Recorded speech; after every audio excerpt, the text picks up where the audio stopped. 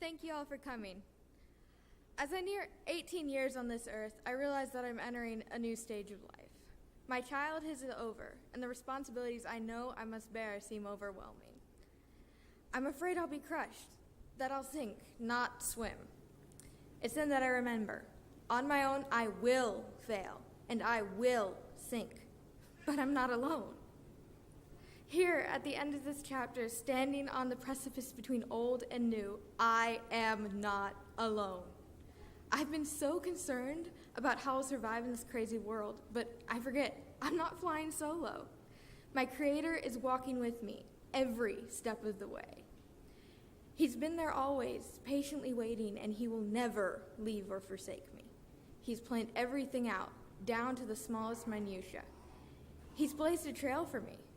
All that's left is to follow it. He has given me more than I can ever comprehend. I stand before you today, garbed in white. When I stand before my God, he also sees me robed in pure white that I did nothing to deserve. He sacrificed his only son so that I would not suffer the just punishment for my crimes.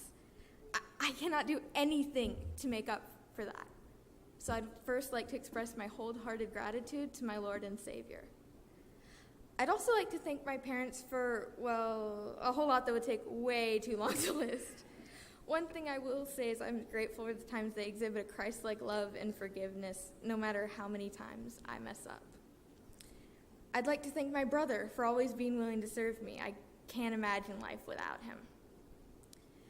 I'd also like to thank my friends and family for their love and support. Having all of you there has made some of life's most difficult times easier.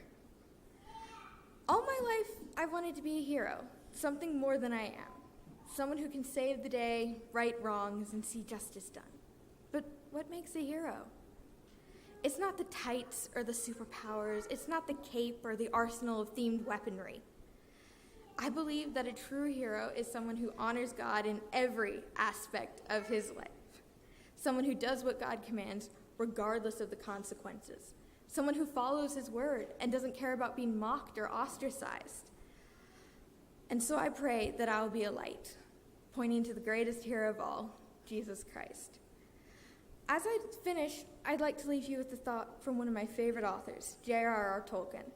And I want you to realize that Jesus is the only one who brings light, and he allows all things, good and bad, that come to pass. Oh, wanderers in the shadowed land, despair not, for though dark they stand, all woods there be must end at last, and see the open sun go past. The setting sun, the rising sun, the day's end or the day begun, for east or west, all woods must fail. Thank you.